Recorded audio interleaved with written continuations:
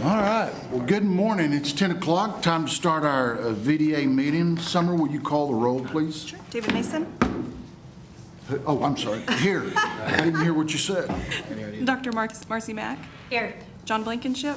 Here. Jesse Ashlock. Here. Ken Gertie. Here. April Danahay. Here. David Smith. Here. Jeremy Heiss. Here. David Clinton. Here. Keaton Francis. Here. Jennifer Fugazi is not here. George Pinkinen. Here. Dwight Hughes. Here. And Dr. Dudley Darrow. Here. Okay, you have a quorum. Okay, very good. Item number 2, introduction and administer oath of office. So I'm going to ask that April Donahue, Jeremy Heiss, Keaton Francis, George Pinkington, Dwight Hughes, and Dr. Dudley Darrow, if you would, let's come down here and we're going to administer the oath.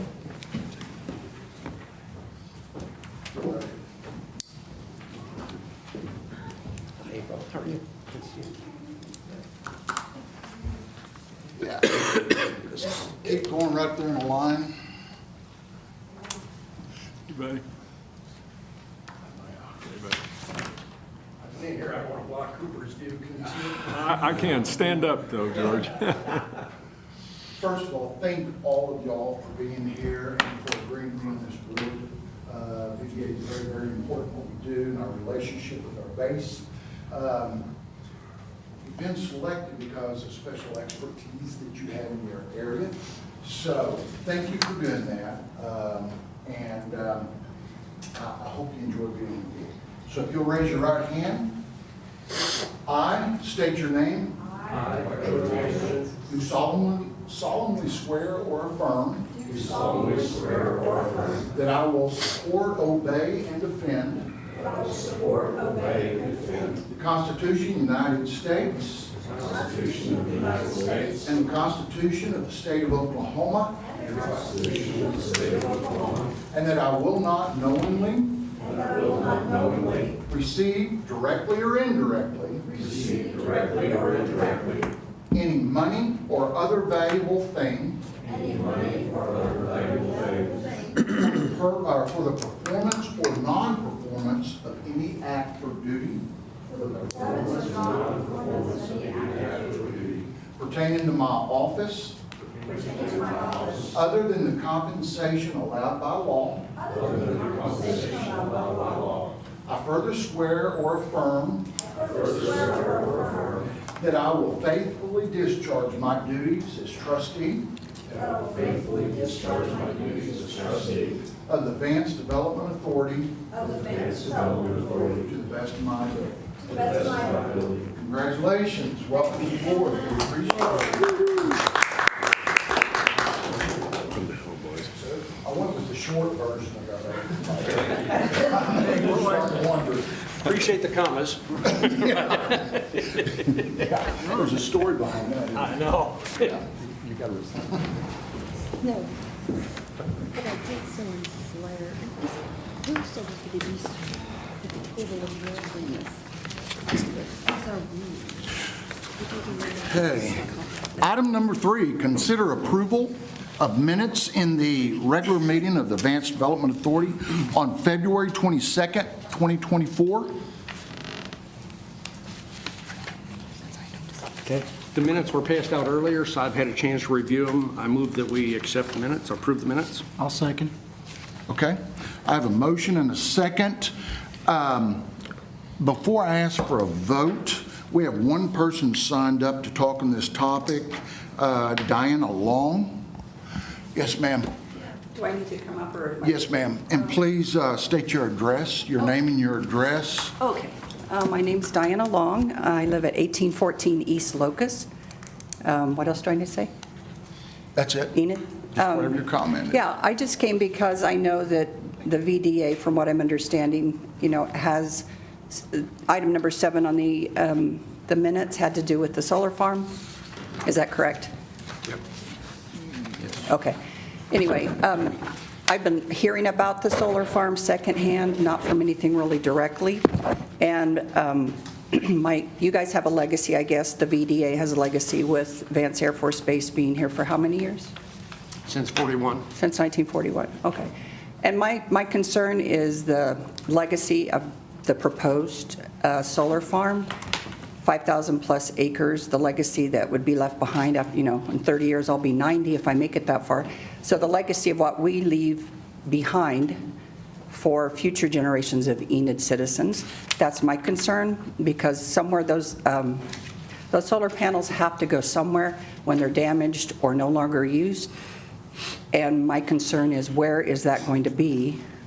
And the toxic materials, the minerals that are inside of them that leak down into a water table, that's my main concern. So I haven't heard anything about what the environmental impact is and what the proposed disposal of damaged solar panels are.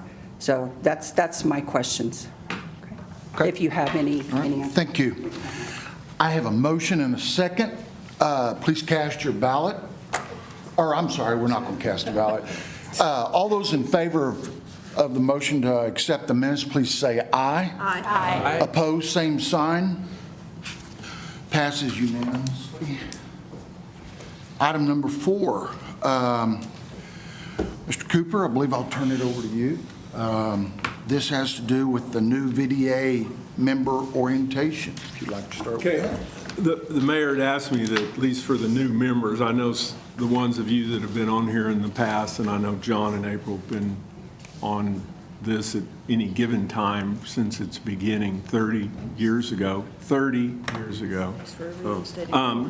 So anything that you guys might want to add or subtract to what I say, feel free to do that, and Mayor, you as well. But thought it was good for the new members to understand what the Vance Development Authority was. It is a public trust, so the why and where we got to where we're at and what we've done, essentially, and then can answer any questions that you would like. But again, about 30 years ago, about 1993, between 93 and the 95 BRAC. So a lot of us community leaders in town, we kind of knew what BRAC was. We didn't really know, but when they started closing bases, they closed a pilot training base in 1993, Williams Air Force Base in Phoenix. We thought that, you know, this is probably a big deal, and they're going to have several more BRACs that we knew at the time. Our congressional delegation told us that we probably should be organized and look at this issue, and so we did.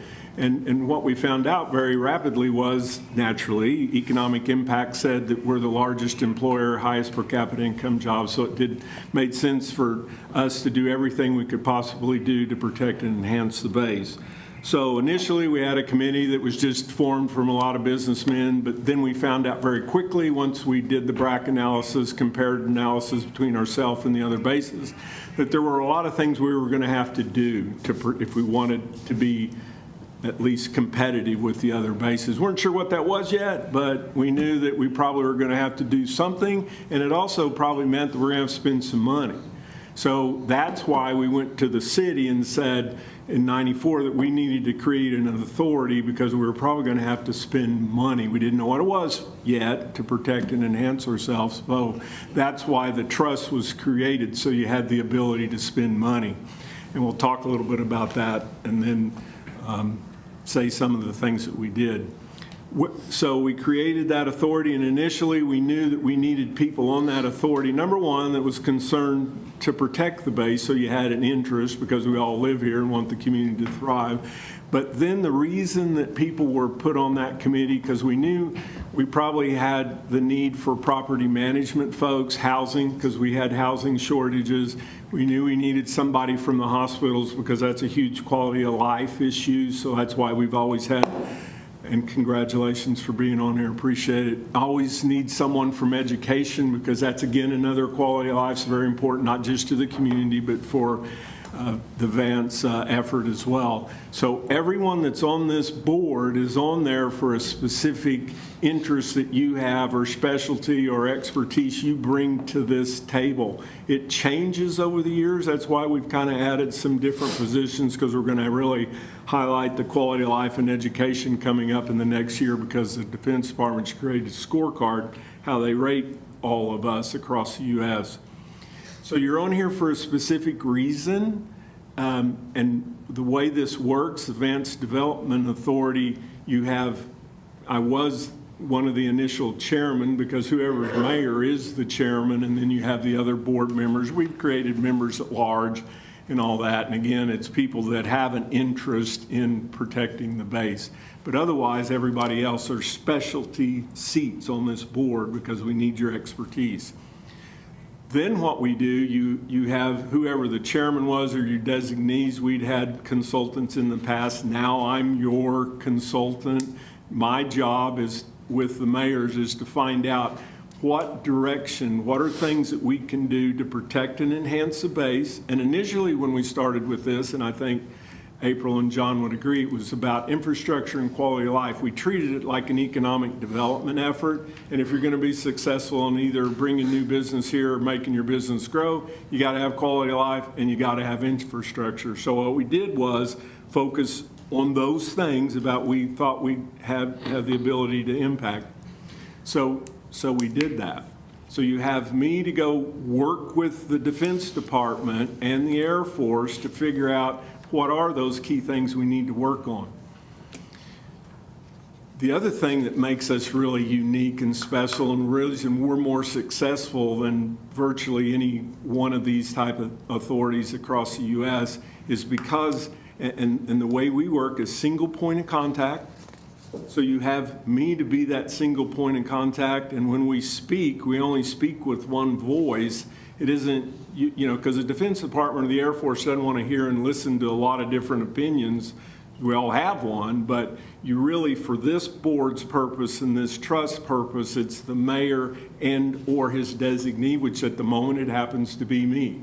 So whatever it is that we find out that we then need to work on for infrastructure, quality of life, education, whatever it is, we bring that to this board, and then we utilize your expertise to be able to help us get those things done. Over the years, you would say, well, okay, what were some of those things? Well, if you had a BRAC very closely after the 95 BRAC, then we were the next guy up because we had the worst infrastructure compared to the other bases. Now, since then, upwards of 300 million or more, you know, have been brought to Vance Air Force Base. And again, the significant thing about that, those things don't just happen. Vance is the smallest of the small bases.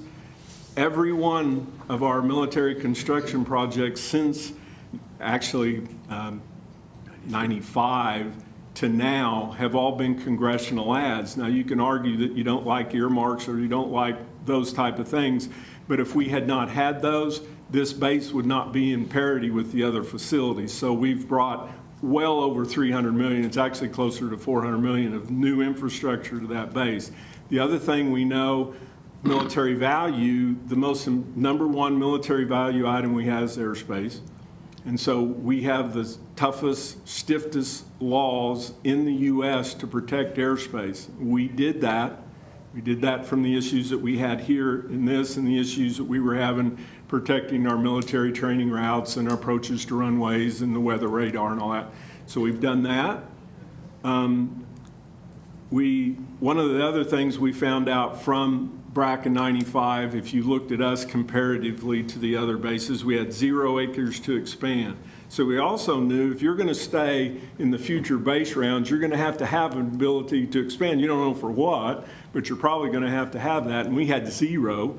Well, so we made recommendations from this authority. We are not a funding source. We're only recommend to the city council, even though we're a trust. We only make recommendations, so we don't have, you know, any fiduciary response. The money, we make recommendations to the city council, and then they decide or not to do that. Well, we made recommendations, 3 different pieces of property we recommended to purchase, 150 or so in front of the west gate, about 130 something in front of the east gate, and about 12 or so on the back, which is an environmental concern. So we've done that. We also worked this committee because a resiliency project, we're running out of water, so water's important, not just to the community, but to Vance. We're able to bring about $8 million to that. And again, these things don't just happen. There aren't people just wanting to give you money. So we went and worked to get, you know, the city at least $8 million for that, and we still to this day are working to bring them other dollars to that. The other things that we knew, if you sit here, when you bring projects here that are important, redundancy for water, power, communications is important.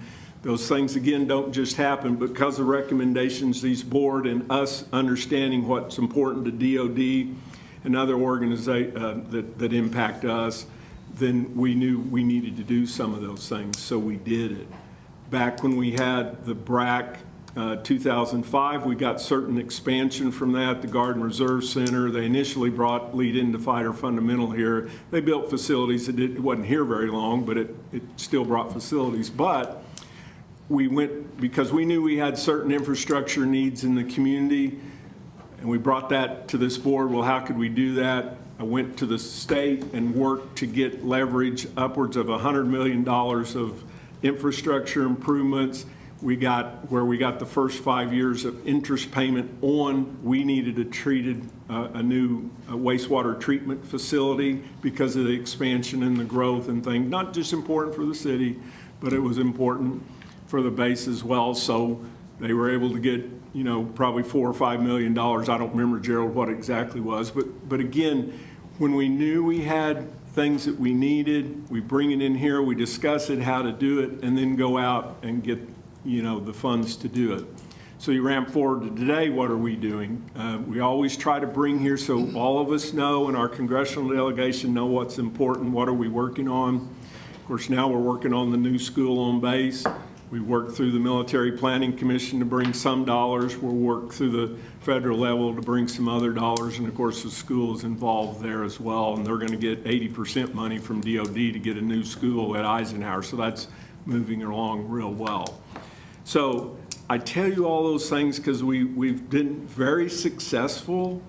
We've brought well over, if you look at it, about what we've done since 95 timeframe when we were really organized, starting in 94, it's been well over $500 million of impact, plus legislation to do things like protect airspace and other things. And you might ask, well, okay, I was mayor here 4 years, so while I was mayor, I was chairman of this, but then you go, well, who else do we work with besides Vance to find out what are our needs and wants and what can we work on, what's important? Because Enid's small town, we only have so much money, so let's work on the important things.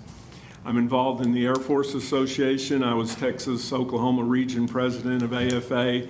That brings leadership from the Department of Defense and the Air Force, so you're going to always know what's important there. And sometimes I know George, because he was Air Force, would attend some of those things with us. The Association Defense Communities, which is the national organization. That organization was created in 1973 after the closure of Clinton Sherman Air Force Base. A lot of city managers and mayors got together and decided what just happened to us because they closed that base with 2-week notice to your congressional delegation. It was a SAC bomber base. That's why we now have base closure process rounds. That's why we have BRAC. Well, anyway, I've been involved in that. You may remember, John, we got involved in that back, it was called something else in 94, but been a member of that for well over 30 years. I was chairman of that, the longest serving chairman of the Association of Defense Communities from 2014 to 2017. I still sit on their board to manage all their legislative activity on the federal level, which again, Defense Community Infrastructure Program that we've leveraged to get money to help us with Woodring Airport, because I'm involved in that organization. I worked with and created the legislation to work with Senator Inhofe to get that created so we could, doesn't mean we always get money, but we have the opportunity to get it.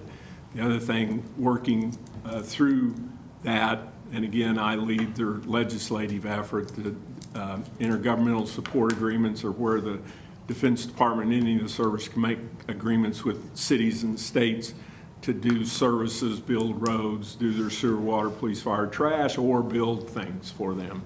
So I tell you all that because there's a lot of balls in the air, a lot going on. And again, to remember that you're on this board for your expertise, and you're on this board that's been very successful in the past, will continue to be, and because of our work and our relationship, that single point of contact, whoever the leaders are, and I know, and I keep saying John and April, but they've traveled to DC a lot, and when we go there, I don't care who the chief or the secretaries are on all the administrative areas that we work with, whether it's the ones, because they're generally there 2 to 4 years and then they leave, and even elections, the appointed persons are there.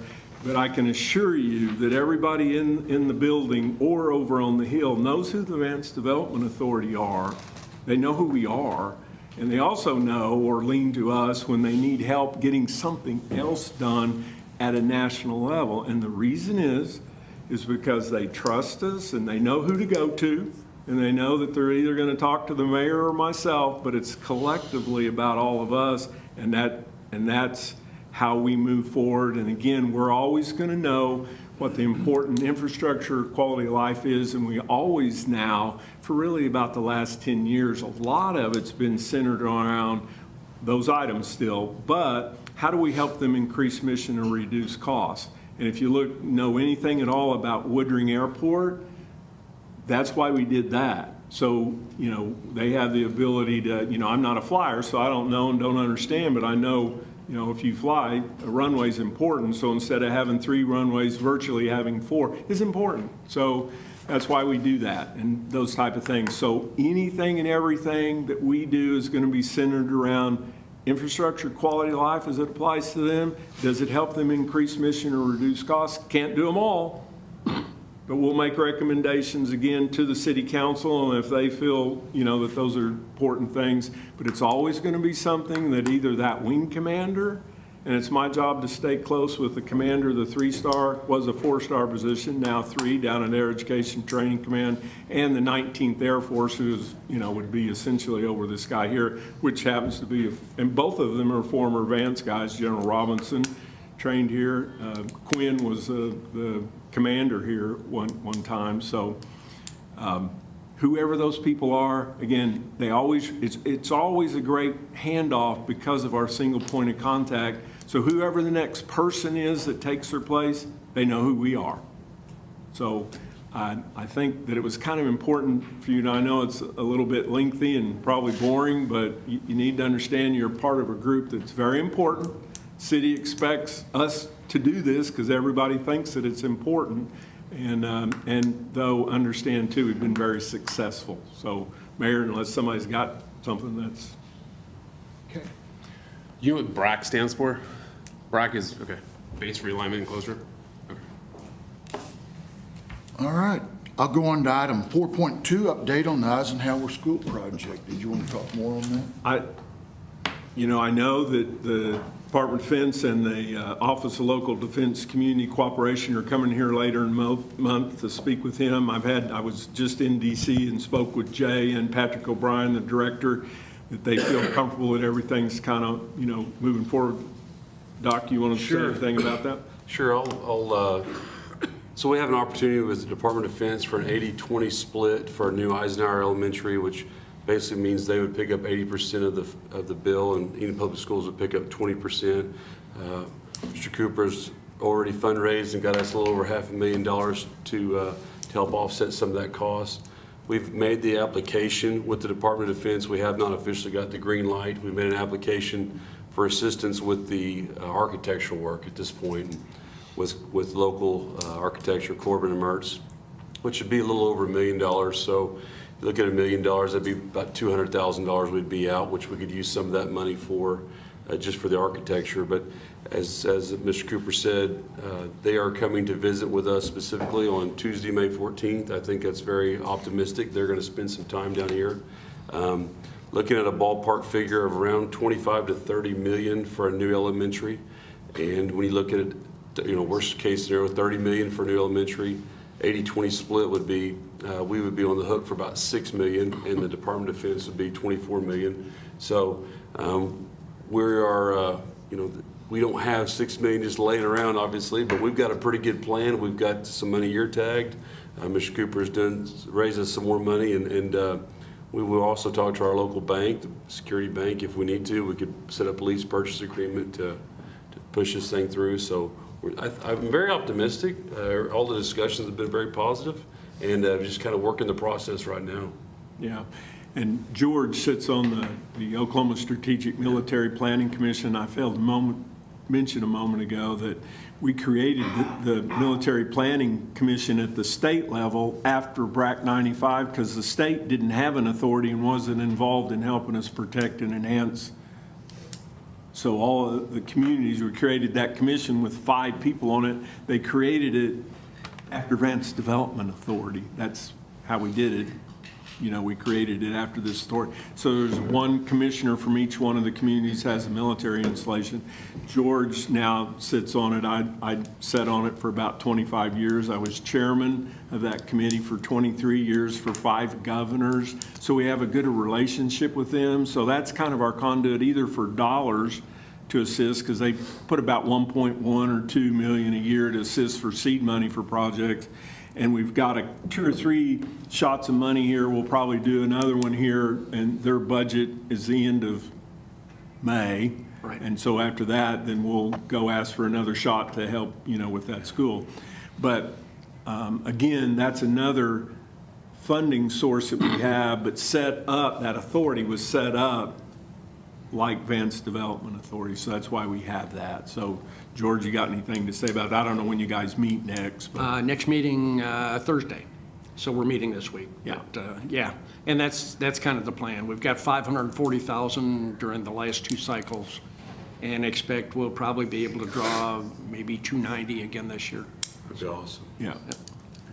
So anyway, so that's moving forward. And again, it's one of those quality of life things it's very critical, because after the night, or right before the 2005 bracket, when we had every classroom 1 through 6 was in a portable. Right. And that's why those classrooms were initially built, because we were trying to, oh my gosh, that was horrible. So anyway, this is a further to fix that problem, so. Very positive. I'm glad that's going forward. And Dr. Darrell, thank you for, I know we've sat in a lot of meetings together on this project already, so. May have to sit through a few more, but that's okay. I know. It'll be worthwhile. I'll go to item 4.3, update on current MilCon appropriation. Mike, if Okay, you'd like to. our MilCon appropriation from last, the National Defense Authorization Act, we, again, because they don't have it in the FIDEP, or it wasn't in the president's budget, then they do earmarks again. They had not done earmarks for about 10 years, but they call them something else now. It's something about congressionally needed projects in your district, something like that, but it's earmarks. But anyway, the only way we were able to get money, because it's not in the FIDEP, it is the number one unfunded, it's about the second or third unfunded project for AETC. So out of the, what are there, 11, 13 bases in AETC? So, but it's like the one top 2, 3. However, it's not in the FIDEP, and of course it didn't have any engineering and design. You need to have it at least at 30% engineering design for them to even consider to put it in the FIDEP. But if it's not in the FIDEP,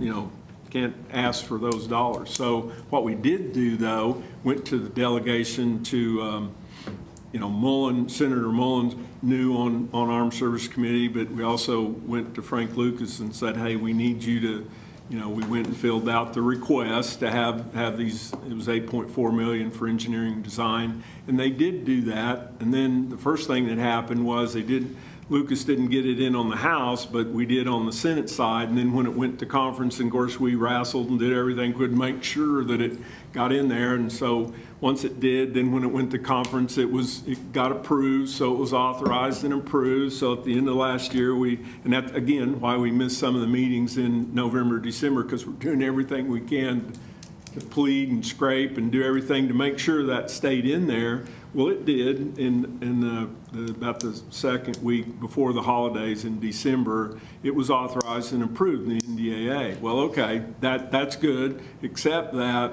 until the budget's done and it's appropriated, okay, yeah, you got it, but you didn't yet. So just a couple of weeks ago, with all the budget brouhaha that was going on, and it was finally passed. Well, this item is finally approved, so they do now have 8.4. The significance for us is so that would move them well forward on the engineering design for that, giving the Air Force, and they still have to decide, and of course I've been meeting with them and begging and pleading and doing everything, because they can either put it in the president budget, and we haven't had a regular program budget item, and this is the significance of our work, is all of these have been congressional ads at $300 million or more, all of the ramps, runways, hangars, T1 hangar, the new roads, the logistics center, and all of those things out there have all been congressional ads. So we'd love to have the Air Force just say, hey, we want that project.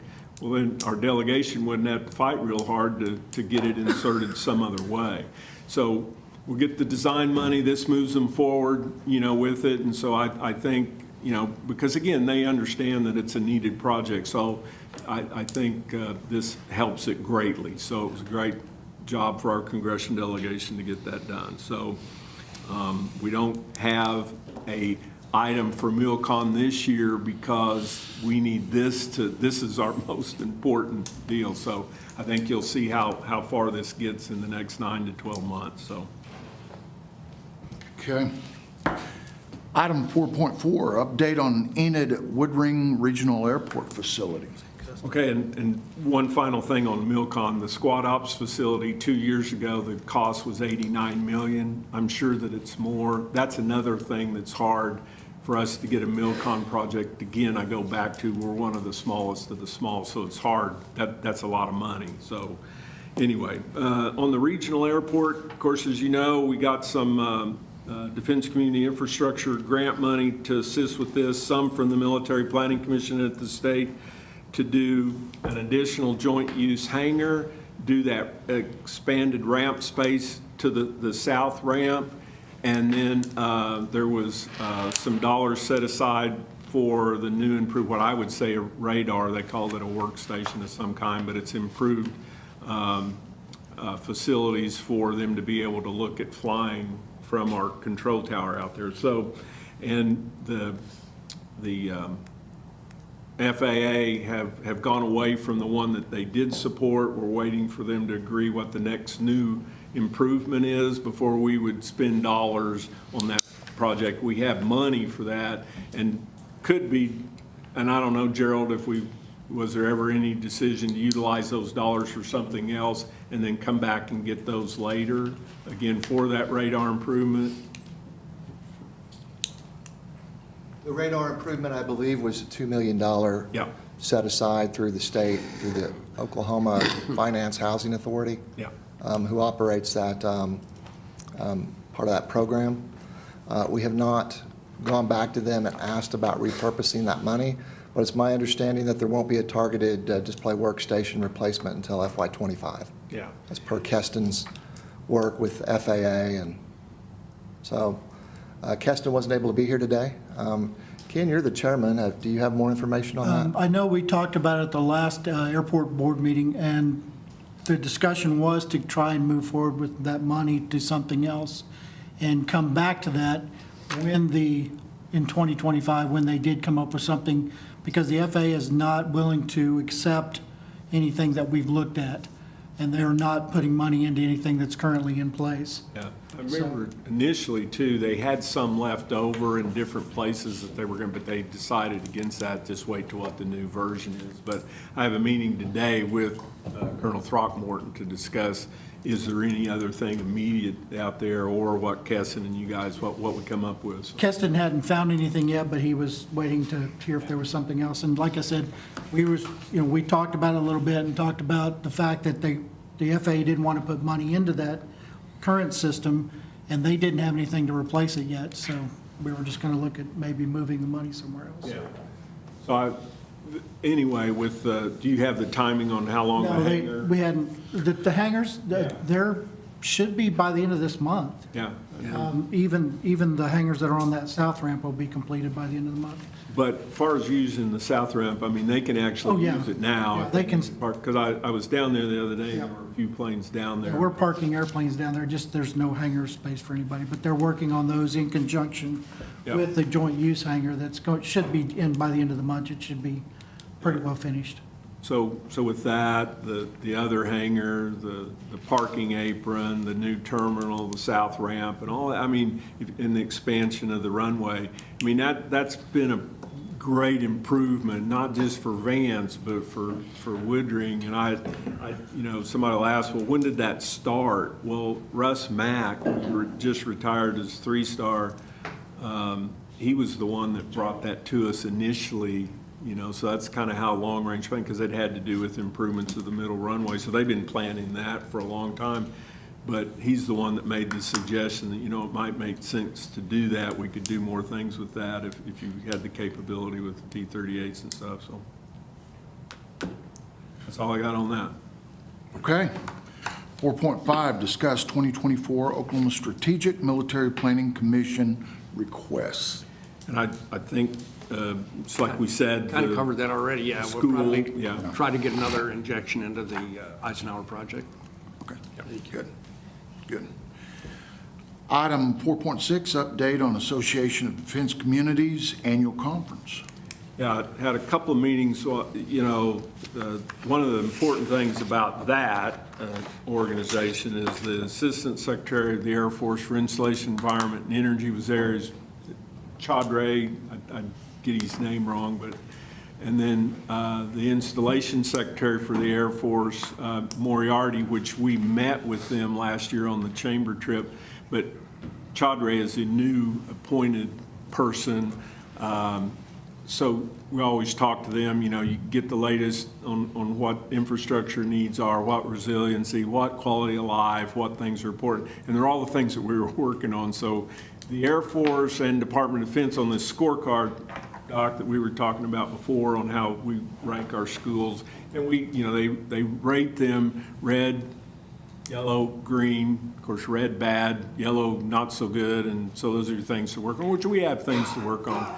And we'll get more into that as time goes on. But they are combining what the Air Force initially started, but they want the same scorecard for DOD because they're starting to use it on strategic basing process when there's new missions moving to wherever, and they use this scorecard, but they want the same scorecard. So they're utilizing Air Force as a start, and they should have that sometime this year, I'd say third quarter, what the official one's going to be, because that's the one we want to use, whatever it is they're judging all of us on. So, and a lot of that has to do with mental care, classroom size, things like that, dropout rate, things like that. So we'll continue to do that. And then there's also a piece in there about, that's why we wanted someone from higher ed on here as well, because there's some need, for what specialties. And again, we have a lot of folks that are either out of college or out of the academies, and so they have follow-up stuff, or their spouses, because they're all pretty educated. So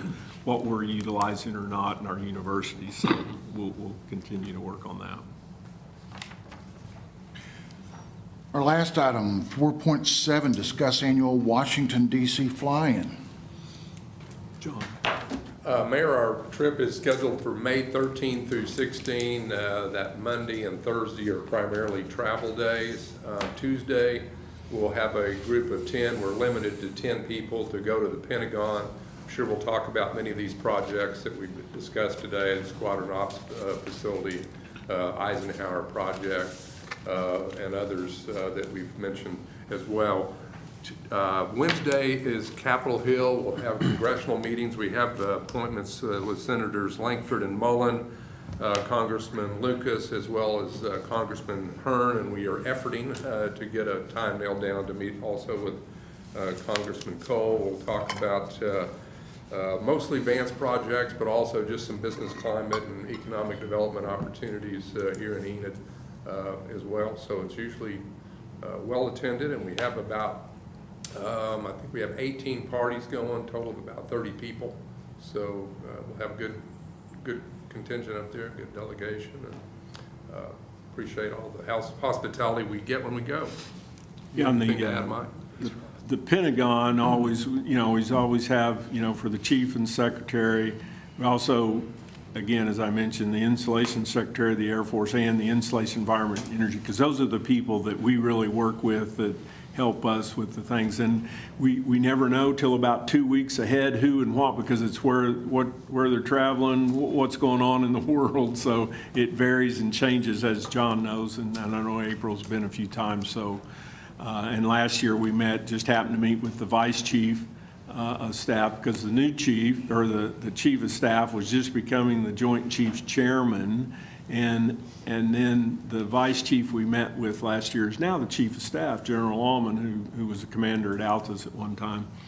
But so those are the type of meetings we have. So I'm sure it'll be good, and I'm sure we'll have some very highlighted meetings. But it's a good chance not only to let them know what we're working on, but to let them tell us about new emerging things that they may need help with. So. Some of it is just appreciation too. You get to looking at projects that are going on in Enid. We've had federal assistance on Call Lake, Ames Waterline, seeking some more industrial park that we're, it's state administered, but it's federal money, the ARPA money. So thank yous are in order, and we'll also have a reception that evening, the Thursday evening, for military personnel, as well as the congressional staff of all the Oklahoma delegations. It's usually very well attended. And we'll have a meeting with the Office of Local Defense Community Cooperation, OLDCC. Jay will be here, but Patrick, the director of that, which that used to be the Office of Economic Adjustment, that group is the liaison between Department of Defense and us.